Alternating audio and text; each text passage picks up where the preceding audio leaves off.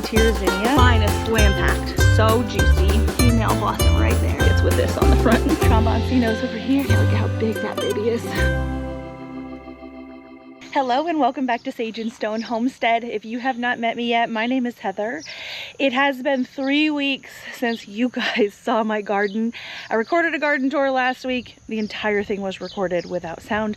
Very sad. So there's been a lot of changes in the last 3 weeks. Some stuff I think I'm gonna have to just pull out. So there's a lot of stuff that's kind of in transition. We may actually harvest a little bit today. It's a little bit breezy, but we'll make do with what we can. We're gonna start here in the perennial space where it is kind of chaotic and kind of messy. It gets a little bit more organized as we move on, but we'll start right here where this volunteer birdhouse gourd has absolutely taken over this trellis. It actually started over here. There is a bed underneath all of this. You can't see it right now. It is starting to break down, but it started here and went all the way up, and now look at it.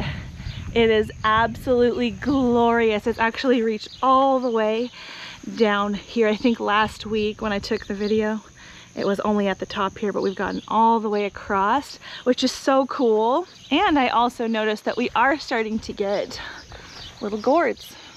See this one here popping down? You can actually eat them at this side. They're very reminiscent of a cucumber, except they do have a fuzzy skin on them. It's like a cucumber mixed with a summer squash, and they are good, especially with ranch. I do have a passion flower vine that is getting a little bit shaded out, but you know, there's actually quite a lot of it here, so I'm thinking that it'll be okay. It kind of scoots up through here and somewhat attaches to the volunteer sunflowers, which are approximately 12 feet tall, and they've started to flower. Got this little cutie by the Jeep over here, but yeah, not as big of a head as I expected, but it's more of like a multi-head situation. Didn't plant any of that. Didn't plant the birdhouse gourd and did not plant the sunflower. There's lots of tomatoes here that I didn't plant. I actually recently just started harvesting the yellow currant cherry tomatoes from this spot right here. These dudes, so good. Very prolific. They don't have your typical yellow tomato flavor. I mean, I guess they do a little bit, but they have an aftertaste that is just the most luscious umami flavor that makes you just want to eat all of them. So good. I love that tomato. And I have not planted it in probably 5 years because it comes back like a weed around here. Over here, I did already harvest all of the elephant garlic that was growing among these weeds. I'm just going to basically mow these down and put cardboard box over here because I do have a pumpkin that I would like to vine out this way. But in the meantime, we had some volunteer dill that I am going to let flower and go to seed so that we can see more of it next year. I am so amazed every time I come over here that all of these volunteer zinnia are strikingly different colors. Like this one is just the most beautiful fuchsia type color. We have a white, we have this purplish color, these gorgeous like antique greens. This one's called a candy cane zinnia. There's a couple different versions of that. I love this one too, like an antique-y pink, a yellow. Look at that. There's so much variety, it's crazy. I would have expected like 1 or 2 plants to have volunteered from about the same area, so maybe the same plant, but no, there's a ton of variety here. I didn't plant any of these, and it is bringing me so much joy. I knew it would. Underneath our Carlos muscadine grapes are the pumpkins that I was talking about. This is actually the 3rd planting of these pumpkins that I have done, but these pumpkins actually look good. I have one right here, and then a little bit further up the same bed situation, we've got this pumpkin here, which is a lot bigger. I need to kind of make sure that I direct it in a way that I want it to grow. But you see how much better? I don't know if you've been watching the garden tours, but if you have, these plants look so much better than the plants that I had in here previously. And I do suspect that that particular seed was carrying some kind of disease. That can happen. It was seed that I saved back from pumpkins that volunteered here last year. This seed actually came from the seed company company. So True Seed is where I buy the Dutch fork pie pumpkin seeds if I don't save them back myself. It's great to save back your own seeds, but things happen, cross-pollination can happen, disease can happen, so it's nice to have like a solid backup of your favorites. So I'm glad I had that. I was starting to get worried that we would be without pumpkins, but no, we will not be without pumpkins. I do need to, of course, lay out some more cardboard here so that this can ramble. In this spot of the garden that I have left completely wild all season long, we had some volunteer wild lettuce come up. There's actually several plants. There's one here, here, and then this tall one here. It's got real tall because it is going to go to seed, and I'm gonna let it. This looks a little bit like a thistle, but it's not. It's not spiny at all. The underside of the leaves do have these little hair like things on them, but they're not spiny. This is great medicinally, and you can, you know, just eat it like lettuce. I really do love the idea of wild food, stuff that just grows that you can eat and benefit from. And so this wild lettuce is part of the reason I just sort of left this bed as it is, partially because I didn't really have anything to plant here. And look, food was growing anyway. The bee balm is lovely. I actually just saw a butterfly come over here. There's one right there. And the bees are out. It's worth coming out to the garden at different times of day for the tours because we see different things. The bees and things are not out super early in the morning when I usually film. Check out the muscadines. Can you see all the grapes on here? A super interesting thing happened to our grapes this year, at least this variety. You can probably see how bushy they are. I definitely pruned these and they responded well by growing as they do, but then it's like they grew a second flush. So you see we have these grapes here. They are gonna get a little bit bigger and they will ripen to a bronze. It's gonna take a couple months for those to really be ready to harvest. But then after we got like a late season frost, they put on like a secondary flush of leaves and then a second wave of blooms. Can you see this here? So we've got the big first flush right here, and this is the second flush of grapes. So I don't know if we're gonna technically get a double harvest, but my goodness. That's pretty exciting. This is only my third year with grapes and I haven't seen that before. So I guess we'll see if we really get a double harvest. It looks like it will be at least staggered. Got a little bit more dill over here. This is the chaotic part, guys. I'm sorry. The other grape variety that I have is over here, and that did not do any kind of double foliage or double blooming, but my goodness, they certainly are healthy and producing a ton. These are going to ripen to purple. Oh my gosh, look at them in there. This vine is slam packed full of grapes. I think we normally walk on the other side of the trellis. There's just as many grapes on this side as there are on the other side. I am noticing that we're starting to actually get Japanese beetles in the garden this year. That's what those little guys are. Last year I set out a Japanese beetle trap and I didn't catch any, but I actually didn't see any either. This year I'm seeing them, so I need to set out another trap because they can really wreak havoc. Beetles seem to be the pest of this season. Jerusalem artichokes, or Mexican sunflower, aka sunchokes. They're doing halfway okay. They did get a little bit zapped from some herbicide overspray, but they are bouncing back fine. You can see kind of the damage here. I haven't pulled any of the damage out. Some people suggested that I should, and maybe I should have, I don't know. But what we harvest from this plant are the tubers, and we harvest those later in the year. I am hoping to see some blooms off of this year, and I think we will. This is actually part of the plant that's damaged, but I think I see a little flower bud in there. So it's at least thinking about it. Over here is a newly established bed where our echinacea is doing so awesome. I need to come out here and harvest. This thing is just cranking out the blooms. I have this Icterina sage that I'm actually thinking about harvesting off of soon too. But check these guys out. Aren't they so beautiful? I'm surprised that we're not seeing a lot more pollinators over here, but I think they've got things like the bee balm that they are attracted to as well. I guess there are a couple little native guys over here. Man, they fly fast. Don't sting me. That was not a sweat bee, but have y'all ever been stung by a sweat bee? That sucks. It's way worse than a honeybee, honestly. Funny thing happened the other day. This here is my cinnamon basil, and I came out to the garden and wondered what kind of flower my cinnamon basil had put on. I was like, oh my goodness, I've never seen a basil flower like that. That's because it's not a basil flower. It's the volunteer Peruviana zinnia that's actually growing over there, but it kind of fell over. And it sort of looks like the basil is blooming. I think it's funny. Looks like it's probably time for another haircut out here. Here is the state of the asparagus patch. Very luscious. This is the new section this year where I put in a lot of purple asparagus. You can see that it's established really well. I did have some asparagus from last year, a little bit on this, I think just in this area, but the rest is all new this year. So we may get to harvest from this side next year. We're just gonna have to see how big the spears are. But all of this has been established for a long time, and this is what it looks like at the beginning of summer. Asparagus actually does come in male and female. This here is a female asparagus because we've got the little flowers, very delicate little flowers. And when these are pollinated by the male asparagus, we get little red berries, which are toxic. But inside the berries are the seeds. And we have had volunteer asparagus too, from birds eating the berries and traveling with them and dropping the seed, planting the seed for us. What kind of bug are you? Look at that weird bug. Wow. Who knows what that is? I'm gonna walk away from it.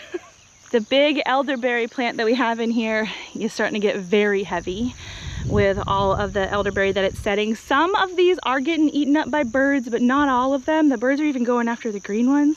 Thankfully, it's not all of them. Like, look at this one.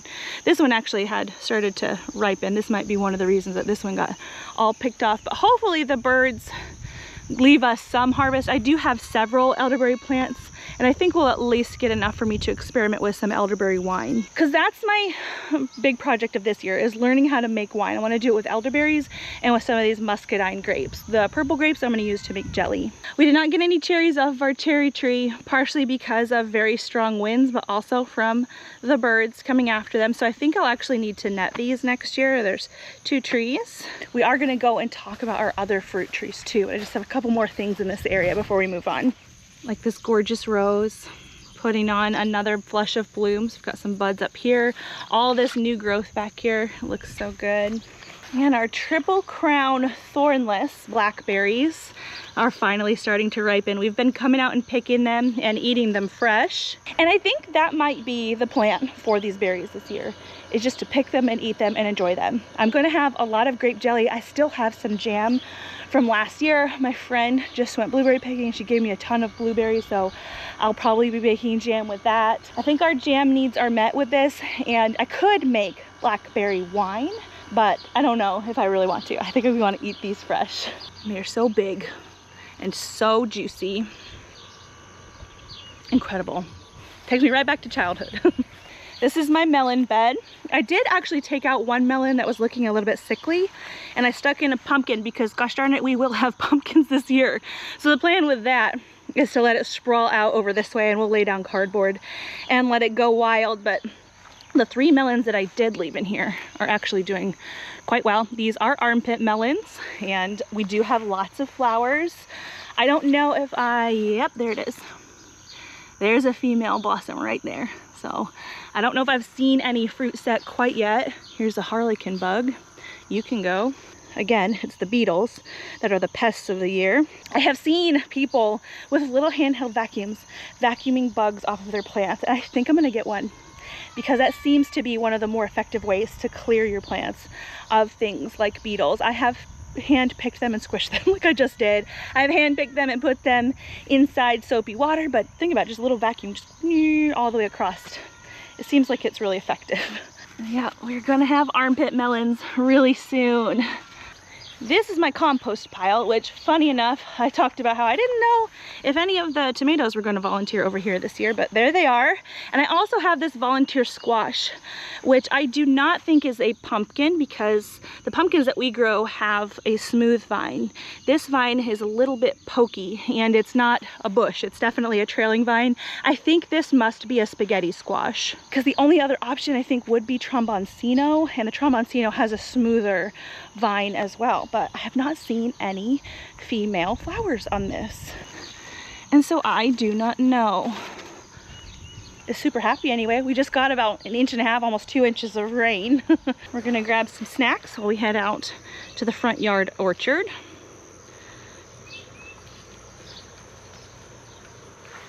All right, so here's our front yard. We do have space for another tree. I have some pawpaws and I might stick one, maybe two over here. I was thinking about putting one pawpaw on that side of the driveway and the other pawpaw on this side of the driveway. They have to be relatively close for pollination. It's just we have power lines there. So I need to consider that. But this is a new to us tree this year. This is the coffee cake persimmon. This is kind of a larger, like Asian type persimmon. I have had little fruits on here that I picked off. It was sad, but it felt necessary. The first year that you put a tree or a bush in the ground, you really should let it establish a root system, like a real good root system, before you ask it to produce fruit. All plants want to do is reproduce and mature their seed.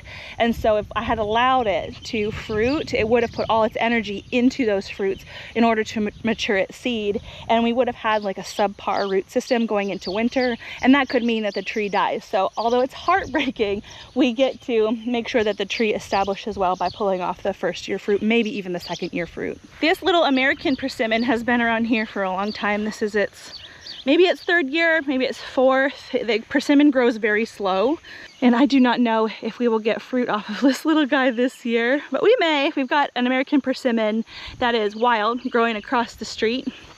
Got a little bit of, I don't know what, damage on this tree, but it'll probably be okay. The front here is where I do have some more elderberry. These are all different types of elderberry.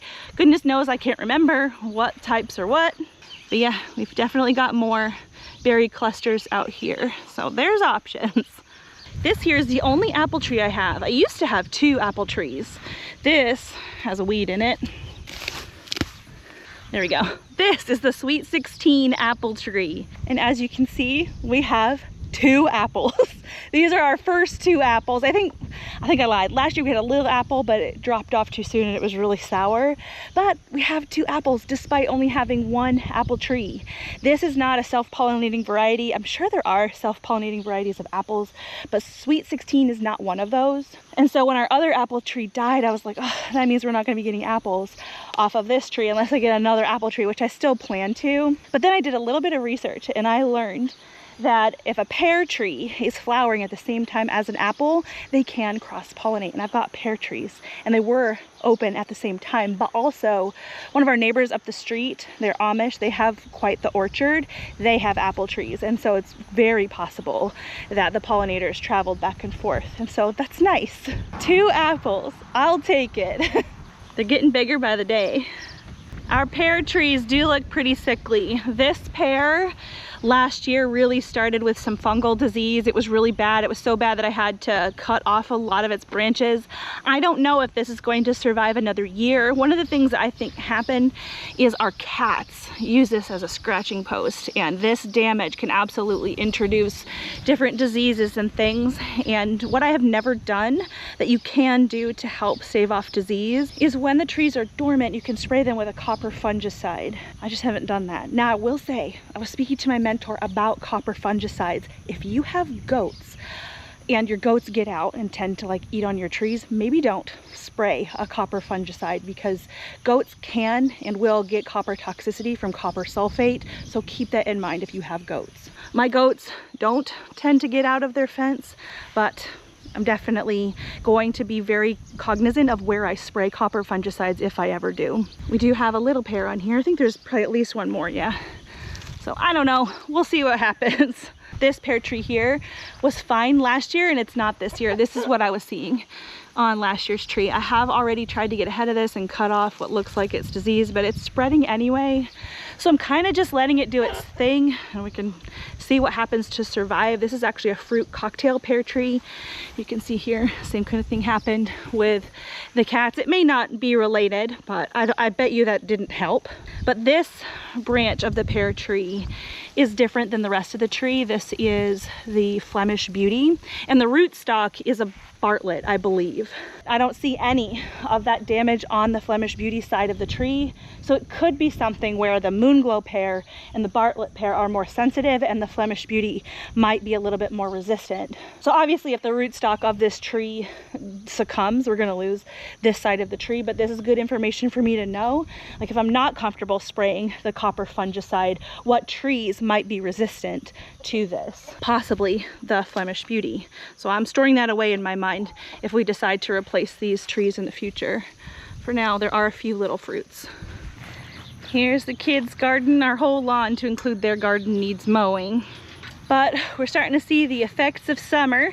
This is quite normal for potatoes to look like this. Bentley's actually said that some of the potatoes, these are russets, are starting to come up above the soil. And so we don't want our potatoes to see the sunlight. So I've been instructing them, if you see potatoes, you need to cover them.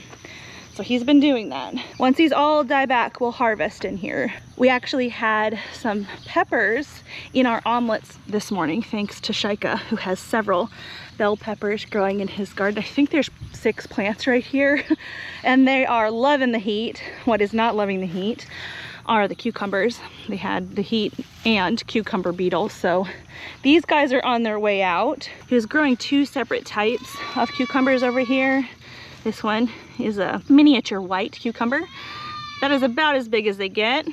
That screaming goat that you hear is a mini Nubian that we're growing out for meat. He's very loud. These slicer cucumbers over here have basically the same kind of problems. We're not going to be harvesting any more of these for very long. We may do a fall planting of cucumbers, but this week it's going to be 100 degrees. I think today that feels like it's 102, and cucumbers just cannot hang with that. The girls' tomatoes are just as wild and crazy as they have been. We have not come and tamed them at all, but look at how huge. These are easily the largest tomatoes on the whole farm right here. Massive. Now we do see some worm damage. I don't even know if you can tell, but the little worm just bored right into that one. You can kind of see the evidence of it right there. So they're not the happiest plants, but that is a giant fruit. She actually has an Armenian white cucumber. This is really a melon technically, and they do better in the heat, and it's actually getting a little bit more sun than I thought it was. And so this might actually get an upper hand throughout the summer. Molly's sweet corn, she's been harvesting like crazy and eating it all raw, and she is absolutely loving it. You can see where she's pulled some off. Oh man, I'm so glad that she's loving it. I have to put in a couple pictures here of her harvest. The peanuts are still flowering, and it's these flowers that poke down into the dirt and create the cluster of peanuts. Peanuts take a long time to come to fruition, but it's just part of the process, so we wait. Shika's popcorn has just started to put tassels on back here. Oh look, it's a good bug. We have a ladybug doing its thing. Can you see what the ladybug's eating? Some kind of aphid or something. That little dude is doing his job, so that's great. We'll leave him to it. But you can see here we've got a little bit of popcorn silk coming in here. So these guys are doing their thing, which is great. The kids' melons are doing awesome. This is a yellow variety of watermelon, and I think the watermelons stay about this size. So it's about toddler head size. So far they haven't really needed any kind of support, but this is about as big as they get. And I was telling them that you know that your watermelon is ready to harvest when the curlicue across the vine from the melon dies all the way back to the vine. So this melon here is not ready. So we've got obviously the melon, and its little vine is attached to the main stem here. And across the street from where that's attached is this little sticky outy bit that has a curlicue on the end. The curlicue is starting to dry up, but we want this whole thing to be dry all the way back to this main stem. That's when we know that's ready. I think among the cucumber beetles, we can see this a little bit clearer. So we've got the melon, we've got the stem, this is the main stem here, and this is that curlicue. It's starting to die back, but we still have quite a bit of time before that melon is ready. This melon over here is actually supposed to be a round, like cantaloupe style melon. We might have planted Minnesota midget, I can't remember, but let's see if I can find one. What's actually growing in here is like an oblong melon. Here we go. Look at that. I don't have any seed packets with this on the front, so that's interesting. I have no idea how big that is supposed to get, so I guess we'll see. But their gardens are doing awesome, even though it's a little bit weedy. It's about this time of year that most gardeners in this area start to really feel the strain of keeping plants alive. This is when we start to get really, really hot, and The plants are sort of left to their own devices. We will head up to the greenhouse and the lane in just a second, but I have to update you on the rose arbor. We completely missed the second bloom of this gorgeous tea rose, but I did take some pictures as it bloomed. There were probably at least 20 blooms on it at one time. Gorgeous and absolutely fragrant. This guy has gone by, that's for sure, but we've got even more new growth and even more buds, so it's gonna do it again.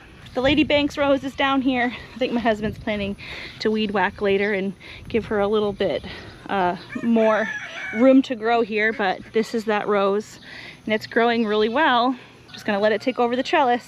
My husband actually took out the multiflora rose that was growing right here. I think I had another one growing over there as well. The plan is to make this whole area an orchard next year. So we kind of wanted to make sure this got all cleaned out so that we could make our plan and plant as early as we can next year. And so that had to go. I was growing that so I could collect the rose hips, but the birds were getting them before I could and the hips were really small.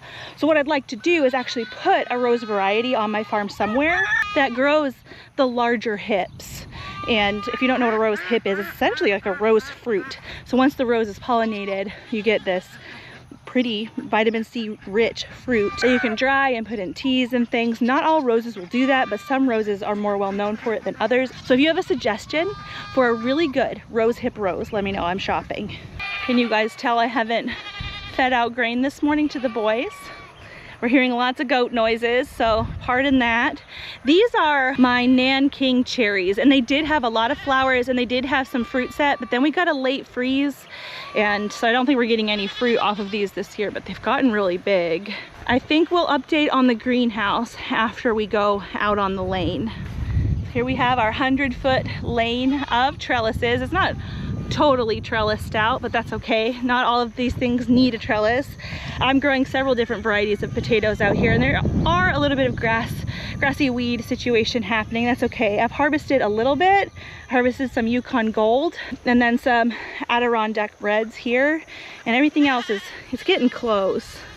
The plan is to actually reclaim these bags and put sweet potatoes in here. I do have sweet potato slips sitting inside on my windowsill. I think probably today I'll get those put out into some soil so they can start to develop a root system, and then I'll transplant them out here. Technically, you can take the slip straight off the potato and put it in the ground. It's gonna be really hot this week, so I wanna be able to baby those things and make sure they get a good root system going before I ask them to grow out here. Because if they come out here and they're not established, there's a good chance that I'm not gonna water adequately enough for them to establish well out here. We hear you. Goodness. Anywho, here are my peppers. There are Ajvarskis over here, which are actually getting quite big. We're gonna wait for these to turn red before harvesting them, but there's a bunch of them on here, which makes me incredibly happy. My peppers got a little bit of a late start. They were just a little bit stunted, probably because I stuck them out here when it was cold. But we also have some pimento peppers right here. That's what these are. Can you see the little peppers on there? These guys will ripen to red as well. See? So those are doing great. I think on this side, these are all pimentos, and then on this side are all Ajvarskis. And this guy actually can graduate finally. Over here is where we can start to see the effects of the different bugs and things that we've had around here. My spaghetti squash plants are basically dead. I mean, there are some nice green leaves, but the plants themselves have stopped putting on flowers. They've stopped trying to set fruit, and what they're doing is actually ripening the fruit that's already here. And this fruit actually is pretty well cured and ready for harvest. I think I'm gonna leave it maybe another... Go away! We need to feed these babies so we can hear ourselves think. I will say that the Nubian that's in this pen taught the La Manchas how to scream, and I'm not a fan. Plenty of food, but what do we need? Grain. People ask me all the time, Heather, why'd you choose La Manchas over Nubians? That noise is 90% of it.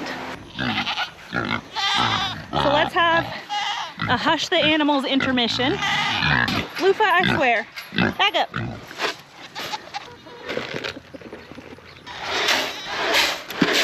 There we go. Now hush. It'll work at least for now. Anywho, back to what I was saying. Is I think there's 4 plants here. And what they're focusing on is maturing the fruit. We can see that they've gone from a green to a cream to more of a yellow. And these rinds are still a little bit soft, so I think they still need a little bit of curing time. Ideally, what I'd like to see is I can push on it with my fingernail and not really make an impression. And I am still able to make an impression, so these still need to cure. Spaghetti squash is one of the earlier maturing squash that I grow every year, and I did actually poke in some new spaghetti squash seeds down here. I don't see that they've germinated yet, but we are going to harvest these, take the plants out, and then get a second crop of these. The tromboncino are kind of doing the same thing. I'm not noticing too many new blooms. We've got this one here, but it's a male flower, and a lot of the fruits are starting to turn color and mature. Look at how big this is.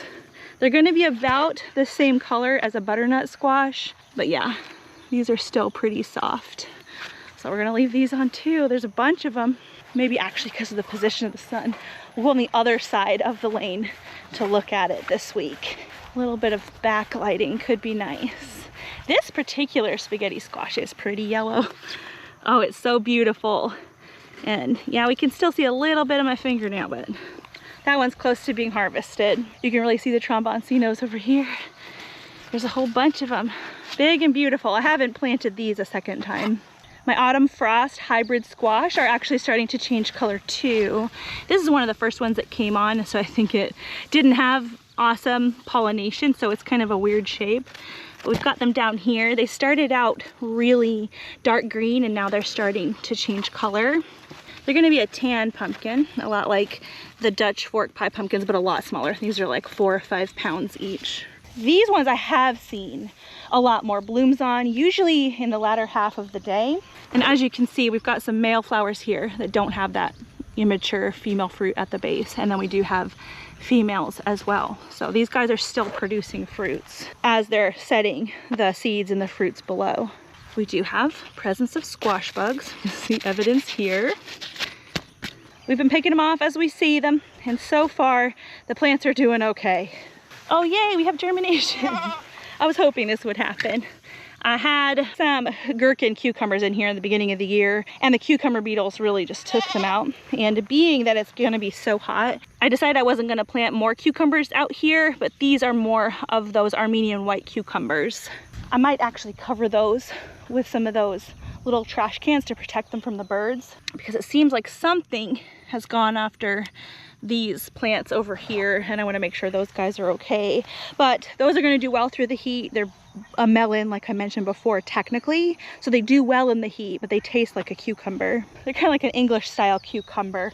Really yummy. Not awesome for pickling, but they're really good for fresh eating and juicing. My Kentucky Wonder pole beans got some disease, I think, from all the cucumber beetles that we had, and it kind of started in the middle here and is spreading out. You can kind of see the disease, the yellowing that's happening. There's a little bit of flower and fruit set still, but not a whole bunch. They've slowed down a whole lot, and this week is going to be very, very hot. So I think the plan for me is to just let them go through this hard week, and then probably harvest what I can and then replant this spot with more pole beans, because these beans are just kind of so burdened with disease that I don't think they're really going to be able to bounce back. Might as well just plant them again. It's a really quick turnaround, and we definitely have time for more of these. I do have some bush beans planted underneath the tomatoes here. You can see how awesome these tomatoes are doing. Super big, not as big as Molly's, but we've got some that are actually blushing now too, which is really exciting. Got some here. All of the fruit that's lower down is bigger than the fruit that's higher up. That's just because of these flowers were older, and so this fruit was set sooner than what might be up higher. Yeah, look at how big that baby is. Gorgeous. And then a little bit higher up. These will get bigger with some time. Now we have had the presence of tomato hornworms. We can see a little bit of damage here. I've come through the last several nights and checked, and I haven't been finding very many, so the damage that's out here, maybe I should cut it off so it doesn't make me think that there's more hornworms out here. I don't know. They're bouncing back. There was quite a few. I think we pulled off a dozen in one day, and some of them were very big. And if you leave them, they can really strip a plant in just a matter of 2-3 days. And obviously that's not what we want. We want our tomatoes. The tomatoes are probably gonna have a pretty rough go of it this week, as we are over 100 degrees. I've noticed that some of them are already kind of starting to drop blossoms. This one might set these, but the blossom is kind of starting to turn yellow at the top, so I'm not sure. It might try to abort those. These ones though, it is gonna set fruit. So we'll see. We might have a little bit of a hiccup in the middle of the season where it's too hot for the tomatoes and they'll drop their blossoms, but then once it cools down again, they'll set some more blossoms. All of these are indeterminate plants and they're real good at just producing through the season as long as they stay healthy. So tomatoes everywhere, most of them green. Some of them are barely starting to turn. I think I'm gonna leave them a little bit longer. We just got quite a bit of rain the other day, like I said, and I would rather pick them when they've had a little bit of a dry spell. It's gonna just help concentrate their flavor and they'll just taste better. Just like the blackberries, most of the tomatoes this season are gonna be used for fresh eating. Tomato sandwiches, salads, just with salt, that kind of thing. I have a lot of tomato products saved from last year, but the plan is if I do have quite a lot of tomatoes where it's just they're coming in so fast and we need to preserve them, the plan is to can crushed tomatoes because I can turn those into a whole bunch of things. And those of you who have been around a while, do you guys remember that we put in a volunteer plant in this spot? I had a plant get eaten down by something and there was a volunteer tomato growing out of the bottom of a bed over here, and we just plucked it out and stuck it in. I fully expected it to be a cherry tomato like my volunteers usually are, but it's not. Look at this. It's some kind of beautiful slicer. So that's very exciting. I can't wait. Can't wait to see what it actually is. I wanted to chat a little bit about one problem I was seeing on my tomatoes, but I'm not actually seeing it at the present moment. Oh yeah, there's a little bit of it here. I was noticing after the rounds and rounds of rain that we've gotten that I'm not only pulling off more diseased leaves, but I'm noticing blossom end rot a lot more. This usually is a sign of calcium. The tomato is not able to take up calcium. And notice how I said that. It does not necessarily mean that the soil is deficient in calcium. But what it can mean is that you've gotten so much rain that it's kind of basically diluted the nutrients in the bed to the point where the tomato fruits themselves aren't getting enough calcium. But as things dry up, this can correct itself. So what I've been doing is just pulling these off and throwing them to the side, and I'm just gonna see. As the rain kind of slows down throughout the summer, as it always does, we might start to see that the fruit is gonna set without the blossom end rot. This here is not blossom end rot. This is the bottom of the tomato. This is called cat facing, which happens on a lot of heirloom varieties. This is more like a scar. You can see that it's kind of hard and rough and it's more like a scab. That's different. Normal tomatoes look like this on the bottom. This tomato does not have any cat facing. And that one does. This is just because this blossom was more like several blossoms fused together, and this was just one blossom that made one fruit. This is technically multiple fruits. Yeah, the beans have definitely seen better days. That's all right. Before we move on, I have a couple of these little baby trash cans that I'd like to stick out here as a protection against birds. This isn't gonna do anything for things like roly-polies, but I don't have a lot of roly-polies out here. I do in the greenhouse, or I have had more issues in the greenhouse. We'll go in there. Alrighty, here's the greenhouse. There's a lot that's different in here. If you're following our weekly vlogs, this is not news to you, but this has been totally cleaned out. Woo! The cabbage loopers are wondering what I did with all their plants. I actually harvested that cabbage and that cabbage yesterday, and I made an egg roll in a bowl, and it was wonderful, but all this has been cleaned out. It just needs to be amended so that I can plant the fall things. But these are not going to be planted until about like the end of July. We'll check out the starts that I have started, but it's way too hot for those little baby plants out here, so they are being protected inside my shed. I have been coming through and picking out carrots that are big enough and using them as needed. I'm kind of using this spot sort of as a pantry. Not all of the carrots are as large as they can be, and so they might as well sit here and grow until I need them. These onions are starting to bulb up, or they've been bulbing up, but they're looking actually a little bit bigger. I don't think these onions are going to be as big as the ones that I have over here. This bed is a lot more established, so the nutrients are a lot better, and this one is actually on my irrigation. So it's just cared for way better too. But these onions have all flopped over. They're actually pretty big. All of these were started from seed. These are the sweet candy onions. See how big that one is there? They're not quite ready to come out and cure, but they're very close. See, nothing in these beds. The Malabar spinach has reached almost to the top of the trellis. Probably by the end of the day today, that will be totally to the top. And this is going to be very full and lovely. It's gonna be like an oasis in here. We got some Malabar spinach on both sides. There's a lot more on this side, but that's gonna be gorgeous. I've actually heard of people canning their Malabar spinach, and I think I'm gonna experiment with that this year. I had some bush beans planted in here, but the roly-polies really came through and mowed them down. So it was like this one plant and that one plant down there that survived, but I have gone through after treating with Sluggo Plus in here, and I planted some more. So the Sluggo Plus should have taken care of the roly-polies, and so these little beans should be able to grow just fine. I found a volunteer cucamelon. Now the beetles have kind of had their way with it, so I'm not sure if it's going to survive, but that's what that is. And this tomato plant is also a volunteer, and I've pruned it some. I've trained it up on the trellis. It actually volunteered outside of the bed in a hole in the weed fabric, and that has also reached the tippy top. It is a blue creamberry variety. Gorgeous little tomato, very delicious. This tomato is a lot more mild.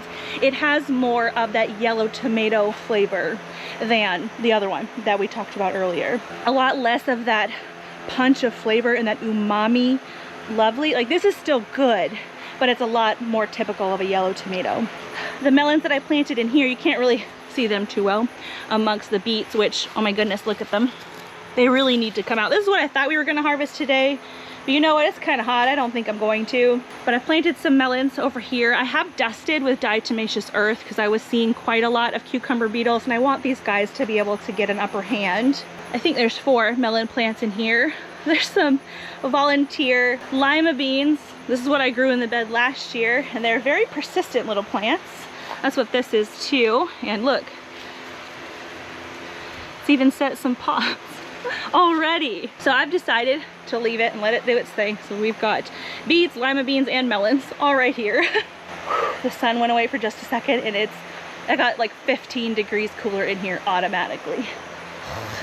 It's gonna be a bad one today. I've called these plants over here the forever shallots because it's like they're never going to come to maturity. Get ready to come out. I guess it'll happen eventually. And we've got more carrots on this side.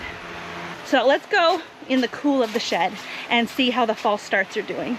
Oh, one thing that I forgot to show you guys is we have a porch tomato again this year. There's actually 3 of them. I had a red tomato, cherry tomato, volunteer here last year, and we let some fruit fall, and I knew it would come back this year. And there it is. We've got a little bit of flower set, so the fruits are coming. All right, so much cooler in here. Up top, these are the Brussels sprouts. They are looking lush and lovely. And back here in the back, these are purple of Sicily cauliflower. And down here, these are all cabbages. And then down here, we have some kale. This is that perennial cauliflower that I talked about recently. And then these are broccoli. These are that hybrid broccoli that I like to grow. Don't mind my red face. I'm just now noticing that it is very hot outside right now. But I had talked about putting this in the perennial garden, but I don't know if I'm going to do that. Now this could live 5 years or more, and it's going to need to be managed as far as pests go that entire time. We do deal with cabbage loopers and other types of pests, and I think I'm more easily able to manage those things inside the greenhouse versus outside. Most of the time what we're dealing with are the cabbage loopers, and we treat with Bacillus thuringiensis. It's a organic pesticide. It's a bacterium that you can either dust on the plants, or I have a liquid that I spray on the plants, and once the worm eats it, it basically causes them to feel full and they don't eat again. And if you don't eat, you don't live, and that's how it takes care of them. Well, those types of treatments are very easily washed off, and we get a lot of rain. We have a very heavy dew every morning, and the rain and the dew both don't happen inside the greenhouse. So I feel like if I do like a treatment protocol for that perennial broccoli, it'll be easier to manage inside the greenhouse. So I'm actually thinking about putting it in there. Anywho, I'm gonna go inside and utilize my ice maker. I hope things are growing well wherever you are. I'll see you guys again soon.